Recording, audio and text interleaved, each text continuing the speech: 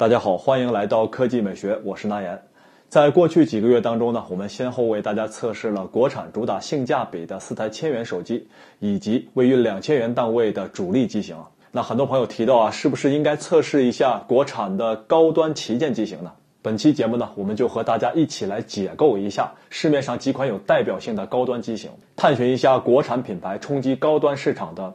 不同方向。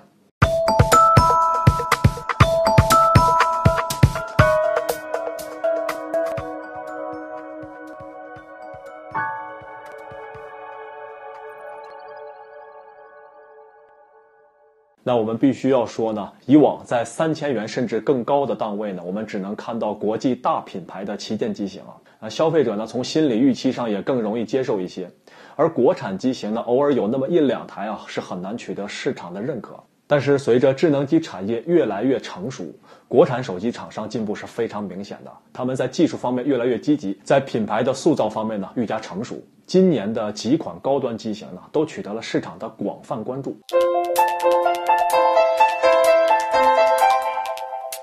首先呢，我们来花一点时间看一看4台机器的包装情况，那顺序就按照我们拿到的时间来进行。联想这边高端机的包装设计一直是比较有特色的，去年联想的 K900 采用镂空设计，虽然简单，但视觉效果不错。今年的 WebZ2 Pro 呢，联想采用了不规则封套设计，配上 VIBE 大字的 logo， 那突出联想希望树立这个新的高端系列 Web。那么打开包装盒，机器放在一边，常规的充电器与数据线，其中呢，数据线为扁平设计，防止缠绕。耳机材质偏硬但后续我们觉得它的听感还不错。在联想之后呢，我们又拿到了华为和 OPPO 2台旗舰机型。先来看华为 Mate 7，那我们这次拿到的是电信定制的旗舰版。之前华为的 Mate 系列主打的是大屏幕、大电池，今年呢，这个系列以7字头华丽转身，被华为成功打造成为了高端子系列。配件方面呢也比较丰富除了充电器、数据线、耳机之外，还有一支双向的 Micro USB 转接线，后续呢我们会为大家演示。在包装盒的另一侧还有一个配件盒那里面是官方定制的翻页皮套以及 VIP 卡片等等。接下来我们看 OPPO N3 的包装设计，初看起来呢与我们上半年测试的 OPPO Find 7十分相似OPPO 今年整个的包装风格都很统一，在 OPPO N3 上特别传达的是缝线风格，从包装盒到机身都有体现那机身下面有3个小包装盒，分别是入耳式耳机，耳机呢比较柔软，佩戴比较舒适。接下来是第2代的闪充充电器，我们将它和 OPPO 上一代的闪充充电器进行对比，区别还是挺明显的。不仅由一体式变成了分体式，而且体积呢大幅缩小，分体式的适应性也更好一些。另一个大的包装盒当中呢是取卡针、说明书以及数据线。最后呢，来看魅族。魅族最近2个月连续推出了3款手机产品，分别是 MX4、MX4 云 OS 版本以及 MX4 Pro。在包装方面，它们极为相似，大小基本相等。为了节省成本的需要呢，配件也只有数据线和充电器，基本上只有文字印刷不同而已。魅族 MX4 Pro 呢，是我们前3台机器测试临近尾声的时候才收到的，所以呢，在后续的一些测试当中，魅族 MX4 Pro 的部分测试并非同步进行。那后续呢，我们会对魅族今年的新产品进行详细的单独测试。除了仍旧主打性价比的魅族之外呢，其他3台机器在包装方面都有了比较大的发挥空间，包装盒的设计呢有了一定的风格，制作更上档次，耳机等配件呢也一应俱全。那看完几台机器的外包装情况呢，应该说与我们之前测试的1000元机以及2000元机都有很大的差别，拿在手里面都有沉甸甸的感觉尽量符合消费者对于高端产品的心理预期。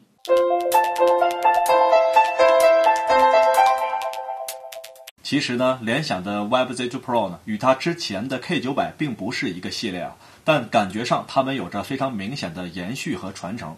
正面不用多说，一块超大的6英寸屏幕以及超窄的边框呢，使得整机屏占比非常高，十分震撼。我们和一些低端的非窄边框设计的 5.5 英寸手机相比，也没有宽出多少比如和大家比较熟悉的 5.5 英寸的红米 Note 相比呢，可以看到联想控制的还不错。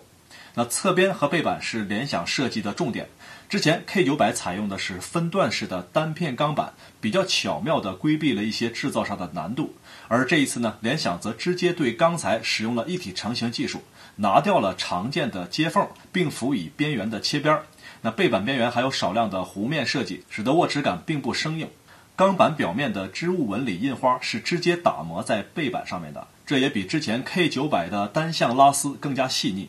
那摸起来呢，也更加浑然一体啊，不会有那种金属冰凉的感觉。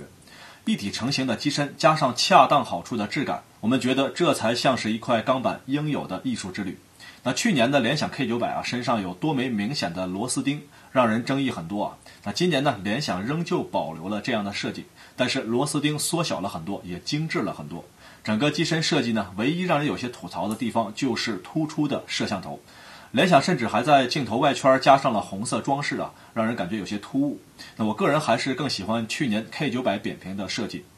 总体来说呢，如果你喜欢精致硬朗的风格，那么今年联想的这台旗舰机型，从造型设计到高难度的工艺制造水平，应该是最符合你的要求的。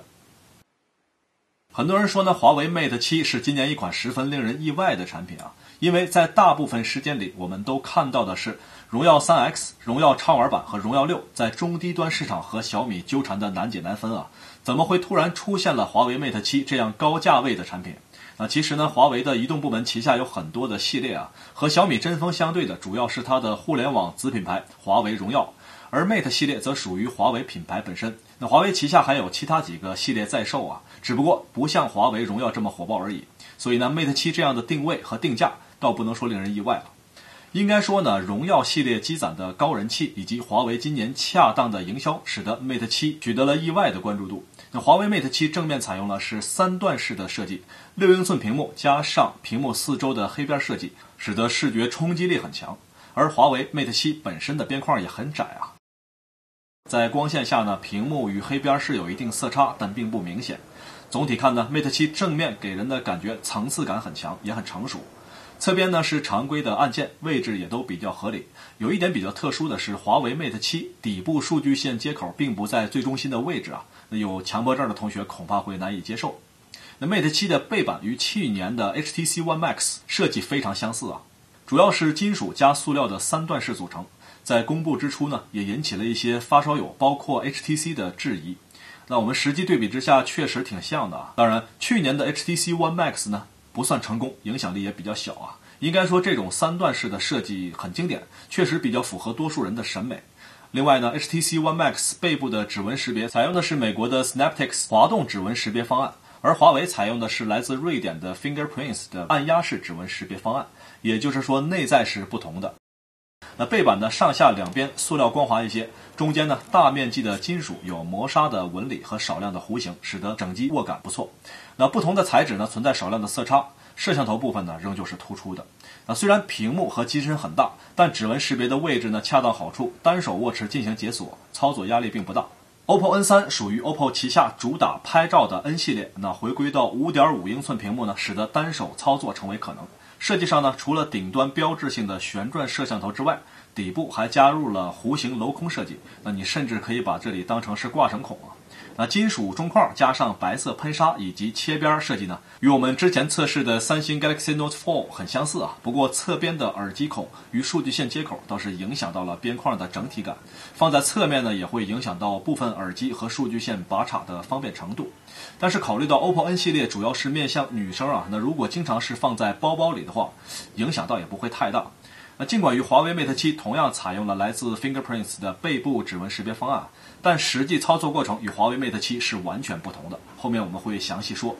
那由于采用了旋转摄像头的设计啊，加上没有使用窄边框，所以呢 OPPO N3 的屏占比很低，那机身呢也要比其他 5.5 英寸机型重很多。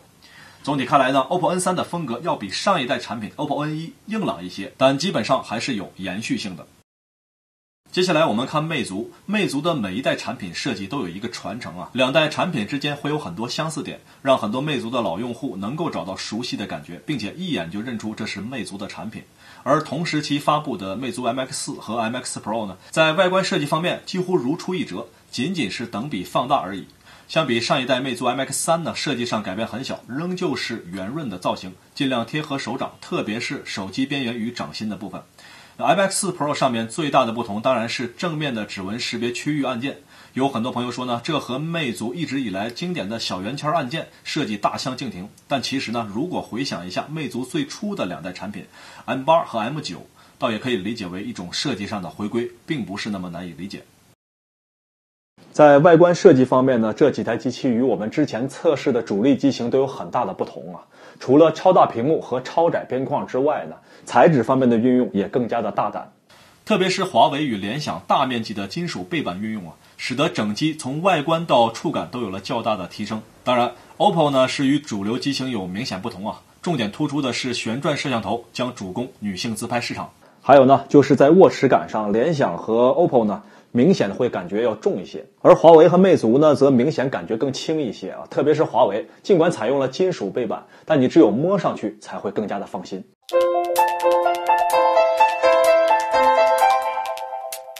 首先说呢，这几台机器的屏幕涵盖了目前比较流行的几个元素：5.5英寸屏幕、6英寸屏幕以及 2K 级别的分辨率。那我们知道呢 2K 级别屏幕呢今年才开始普及啊，在制造工艺上是有一个成熟的过程。在现阶段有一个众所周知的问题，就是由于其像素密度过大，导致其想要做成超高的亮度比较困难。那么这几台机器的表现如何呢？直观的对比下，我们可以看到 OPPO N3 所采用的是更成熟的 5.5英寸屏幕，亮度更高一些。联想的这块6英寸 2K 屏幕呢，表现应该说也不错啊。从正面看，亮度上与华为 Mate 7亮度相当，那表现呢其实是超过我们预期的。当然，来到侧面角度的时候呢，华为的亮度还是要更高一些。纯黑背景下呢，3台机器各有各的问题。联想的屏幕偏亮，特别是顶部的光带明显一些。华为的屏幕右上角和左下角都存在着少量的漏光问题。OPPO N3 呢，在正面看问题不大，但变换角度的时候，屏幕光线变化是比较明显的。在色彩还原方面呢，3台机器的表现相当，没有出现太明显的倾向性问题。对于一些浅色系的还原呢，也都比较到位。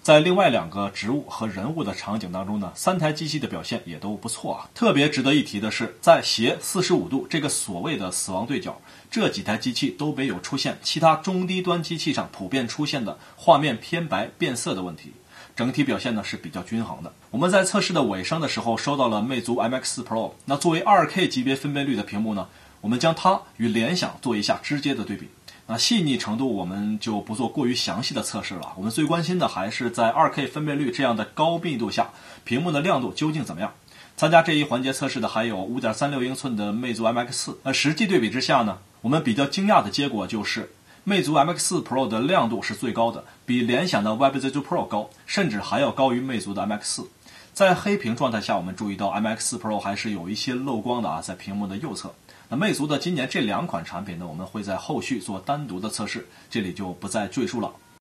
在屏幕部分呢，定位在高端的这几款产品呢，都比较令人满意啊。特别是采用 2K 级别屏幕的联想和魅族呢，并没有出现我们普遍担心的 2K 级别屏幕的亮度问题。联想的这块屏幕呢，令人赏心悦目，画面很通透，而华为和 OPPO 的表现呢，则是正常水平，中规中矩。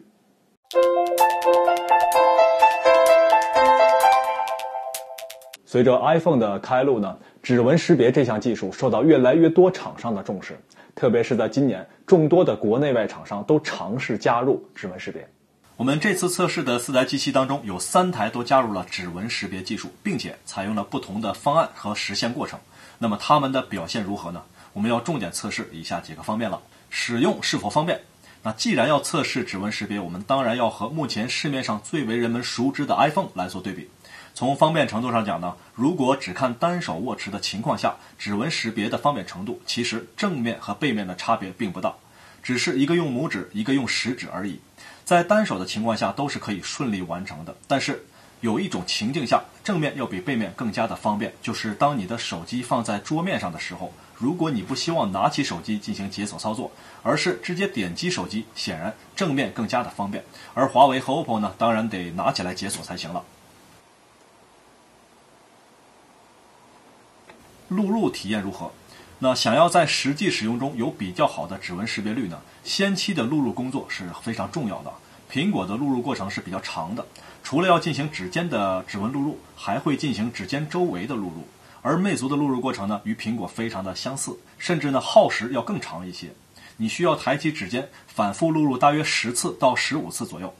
华为的录入过程呢，比苹果和魅族要稍快一些。而 OPPO N3 的指纹识别录入过程是最快的，只需要点击6次就可以，每次点击等待的时间也非常的短。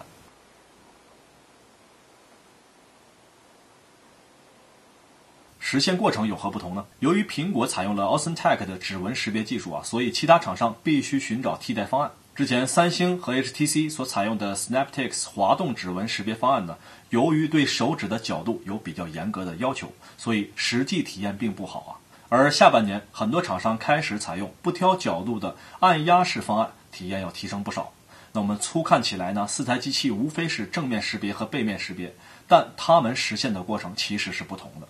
魅族与苹果一样，都是正面识别，并且都要先点亮屏幕，再指纹识别。也就是说呢，你按下主屏按键，随之屏幕被点亮，手指尖在按键当中要稍作停留，然后指纹识别完成。OPPO N3 的指纹识别在背面也是按压式的，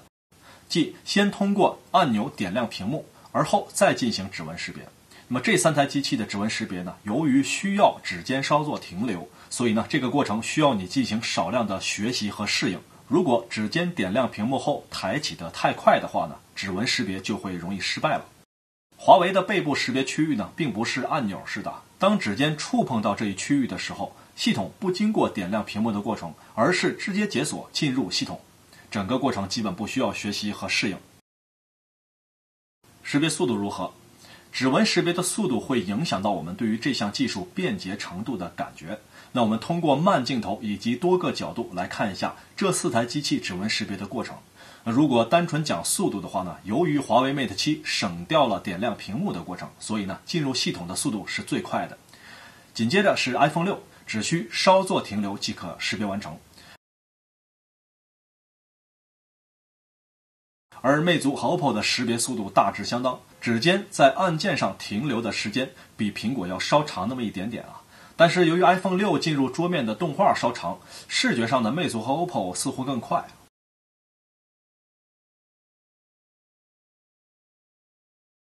识别准确度如何？那识别的准确度方面呢，4台机器的表现都符合我们的预期无论我们变换各种角度，或者是手指间有水或者有汗的情况下呢，识别过程都比较顺利。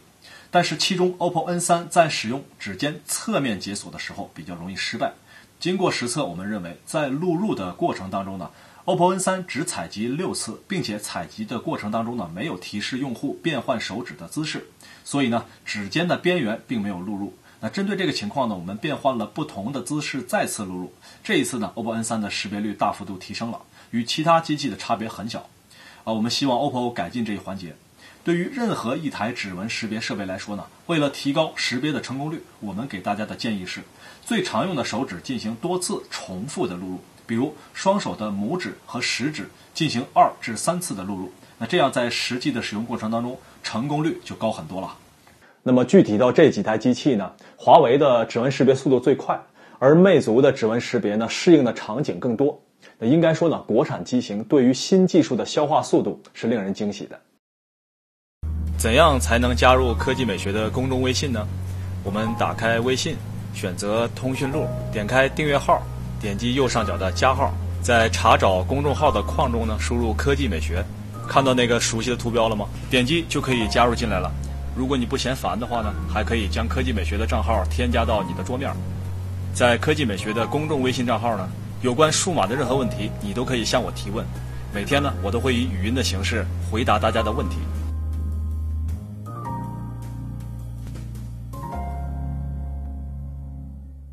那以前呢，我们提到3000元或者3000元以上的机型呢，基本上只能看到国际品牌。而在今年呢，越来越多的国产厂商呢，开始尝试进入这一领域。但是需要指出的是呢，由于上游厂商所提供的硬件架构相对单一，3000元机型呢，与2000元机型在硬件上并没有本质的提升。所以我们看到呢，厂商都是在不同的维度上提升产品的附加值。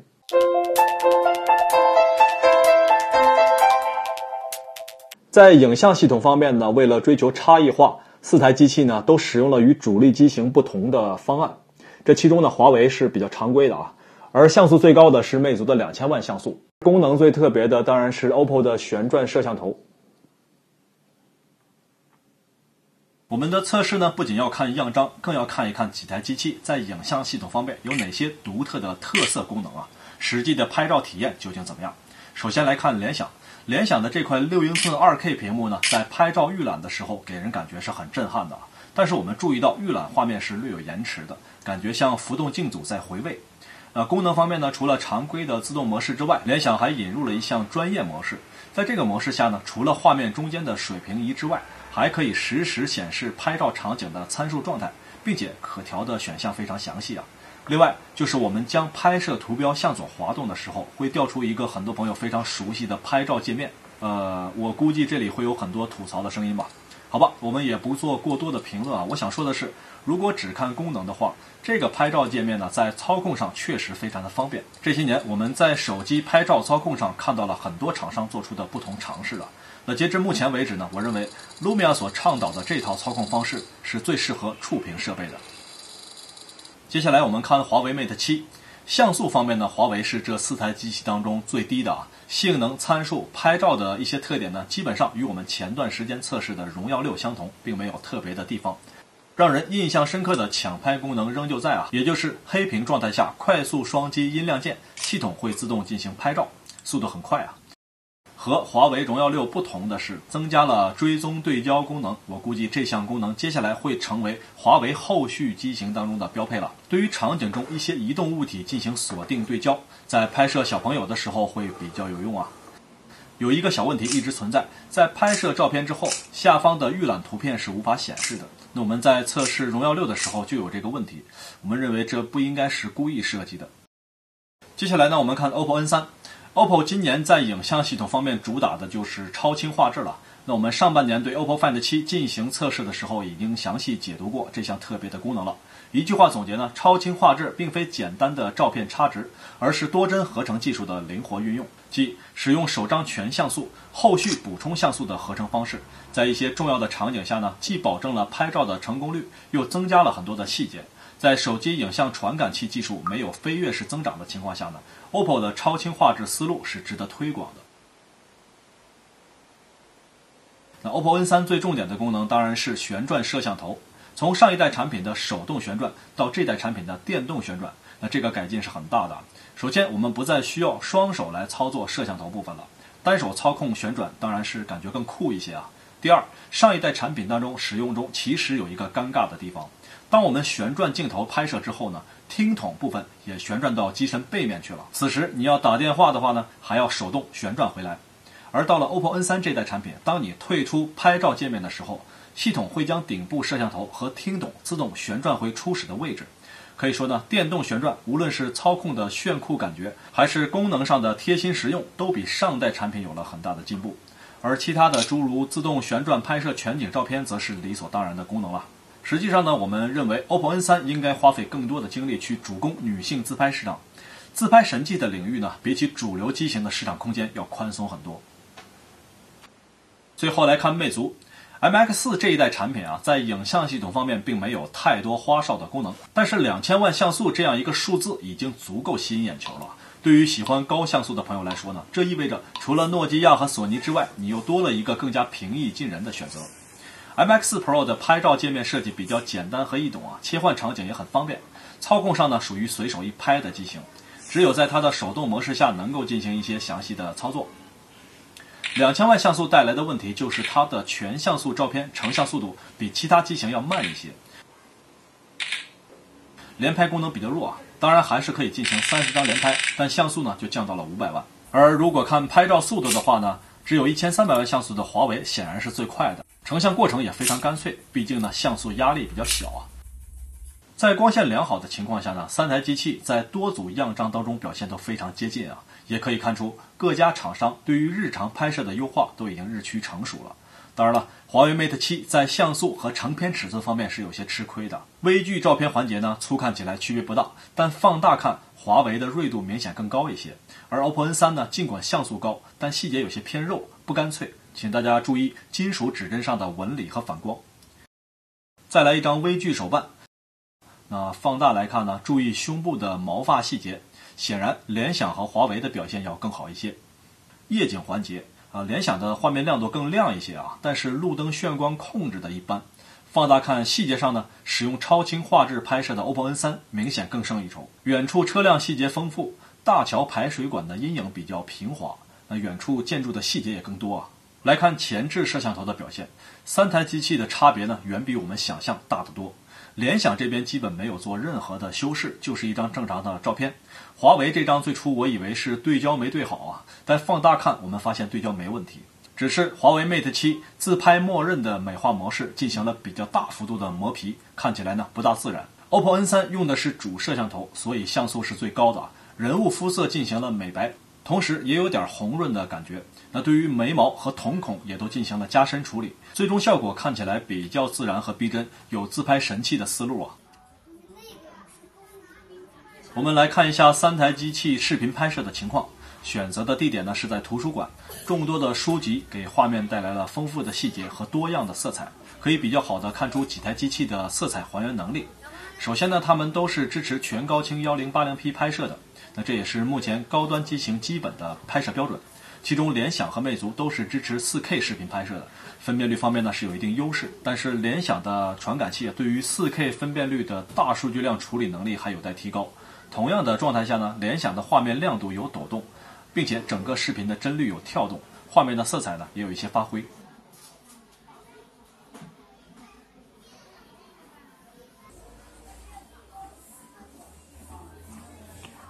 那我们将3台机器的分辨率呢都切换到 1080p 全高清，这次3台机器的稳定性都要好很多了。特别是联想的广角端明显更大一些，收录的景物也更多。华为的广角端最小，并且画面有些偏红，所幸呢华为的视频稳定性还不错。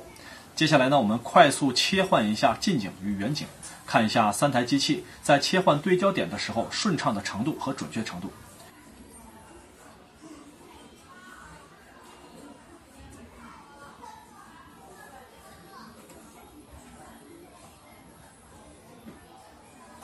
应该说呢，联想和 OPPO 在这一环节表现要稍好一些。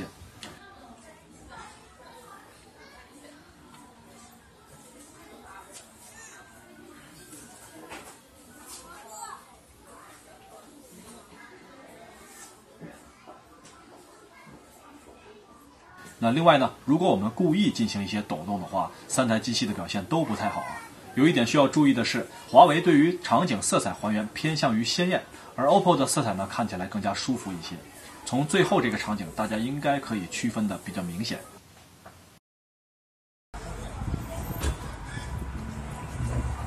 来看3台机器在夜景的表现首先我们来看一看前置摄像头的情况。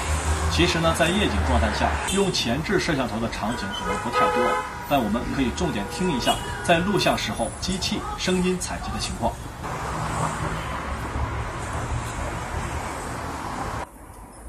好，目前室外的空气情况还不错。时间呢现在是晚上的7点钟。好，目前室外的空气情况还不错。时间呢现在是晚上的7点钟。好，目前室外的空气情况还不错。时间呢现在是晚上的7点钟。联想在户外录制声音对于环境音过滤的太多，人声偏小。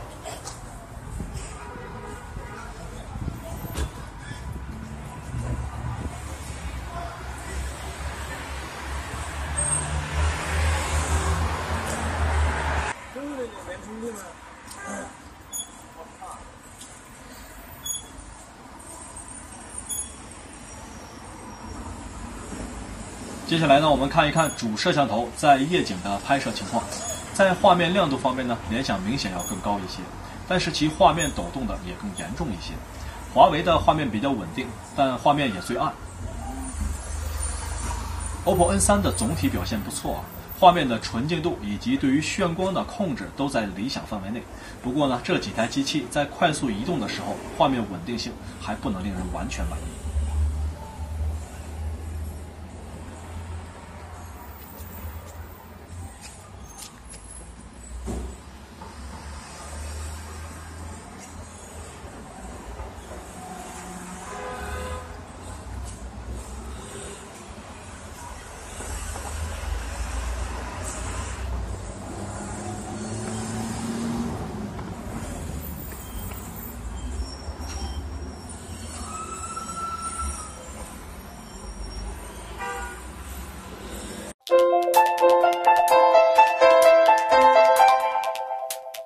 我们前段时间在测试主力机型的时候呢，发现他们基本上都使用了高通骁龙平台，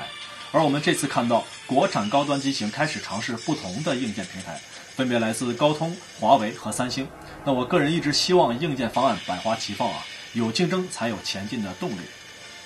我们在测试性能的时候呢，基本不进行跑分了，更多的还是看他们实际运用的情况。由于高通骁龙是目前市面上最主流的解决方案，更多的游戏和软件商都对其进行了大量的优化，而对华为的麒麟处理器和三星的猎户座8核处理器单独进行适配的软件商还比较少。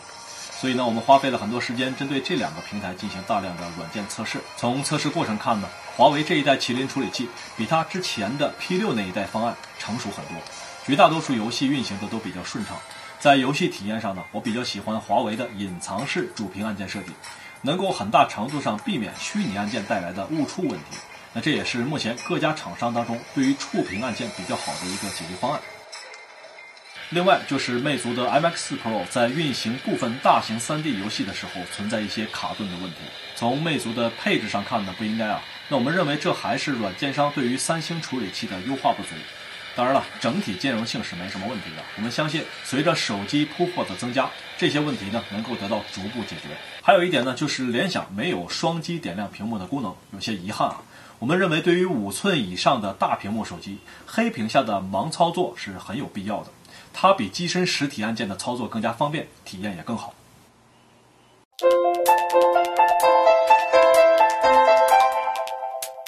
首先比较遗憾的是呢，4台机器采用的都是不可更换电池设计。从这一点上讲，我更喜欢前一段时间我们测试的4台1000元手机。在充电速度方面呢，搭载了闪充技术的 OPPO N3， 速度非常惊人啊！即使是在开机并且有少量操作的情况下，1小时内也可以充到 75% 以上。而其他3台机器则表现比较普通，至少需要2个小时以上。耗电测试选项与以往一样，选取我们日常最常用的一些操作，做7+1测试。那么经过24小时的完整测试呢，华为的表现要更胜一筹，最终剩余电量接近 50%。OPPO N3 和魅族 MX4 Pro 的表现十分接近啊，而且在各个测试环节都很接近。而联想的 YZ2 Pro 尽管拥有超大电池容量，但6英寸的 2K 分辨率屏幕确实是耗电大户。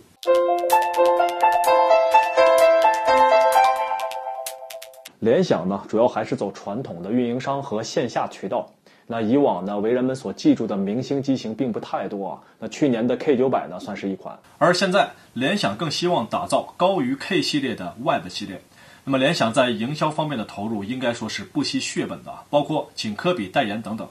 而在营销方式上则比较传统，在社交网络上的声势和关注度就不像其他互联网品牌做的那么灵活。而具体到产品本身呢，我们看到这一次联想在屏幕啊以及机身材质方面都有着不错的表现，但是高达4000元的售价呢，将会影响它的受众群体。那关于华为呢，我们今年已经测试了它的3款产品啊，包括定位在低端的荣耀畅玩版，以及定位在中端主力机型的华为荣耀6，还有呢定位在高端的，也就是我们本期测试的华为 Mate 7。华为最近2年啊，将电商转变为自己的主要营销渠道，包括在多个价位对老对手小米阻击，可以说取得了令人瞩目的成绩。而这次呢，华为 Mate 7同时拥有大屏幕和指纹识别等突出的卖点，并且在线上线下同时发力啊，应该说在声势和市场上都取得了不错的效果。那熟悉 OPPO 的朋友呢，应该都知道 OPPO 的主要营销渠道是在线下，它在全国范围内呢建立了大量的直营店。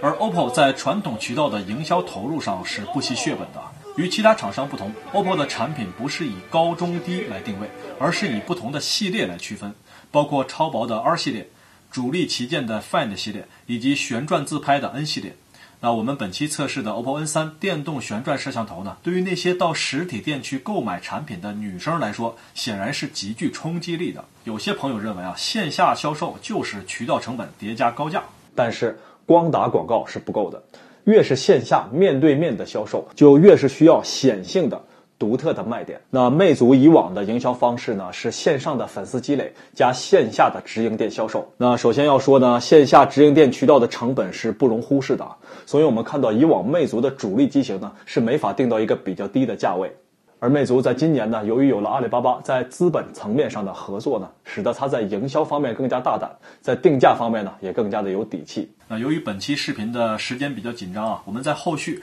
会专门有一期针对 MX4、MX Pro 以及魅族发布会当中出现的魅族合作伙伴，包括 InWatch 智能腕带、Ghost 无人机等等，进行更加详细的测试，别忘了关注。我们说实话，最近几年呢，由于营销方面的需求，国产厂商将主力机型的价位基本上都定在了2000元这样一个档位。但是在这样一个价位呢，想要取得一个合理的利润是非常困难的，就更别提创新和差异化了。我们希望厂商呢能够以这4台机器为契机，寻找到国产厂商冲击高端机型的路径。毕竟在多元化的消费市场当中呢，性价比并不是所有消费者的唯一诉求，关键看你能不能够找到它们。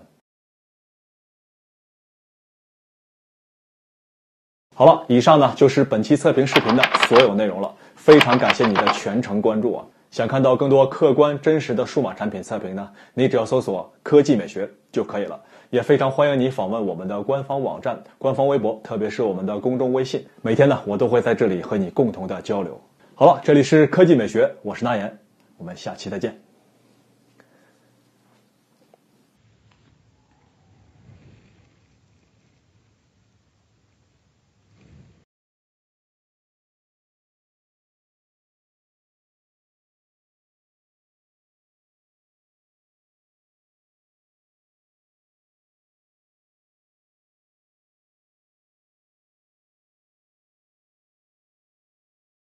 还记得前面开始的时候呢，在华为的包装盒当中有一根奇怪的数据线吗？它的作用是给别人充电啊。看起来呢，华为是认为自己的电量太多，完全用不完啊。那如果你使用华为，那也许呢在某些场景派得上用上啊，比如一群人在一起，你的女神突然没电了，那只有你能帮她充，瞬间感觉高大了很多。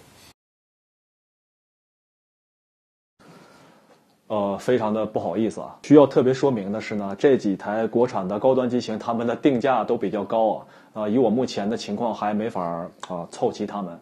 并且呢，我们从网友那里也没有借到，所以呢，最后没有办法是从厂商那里租借到的这些机器啊。那我说清楚这些呢，是为了防止机器的来源影响你的判断。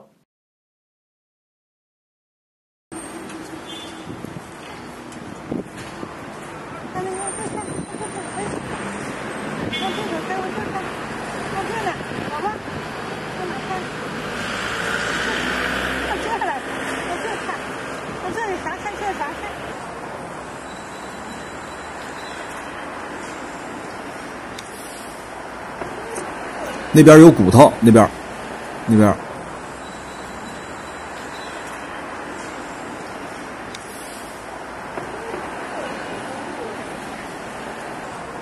哎，那边来个小母狗。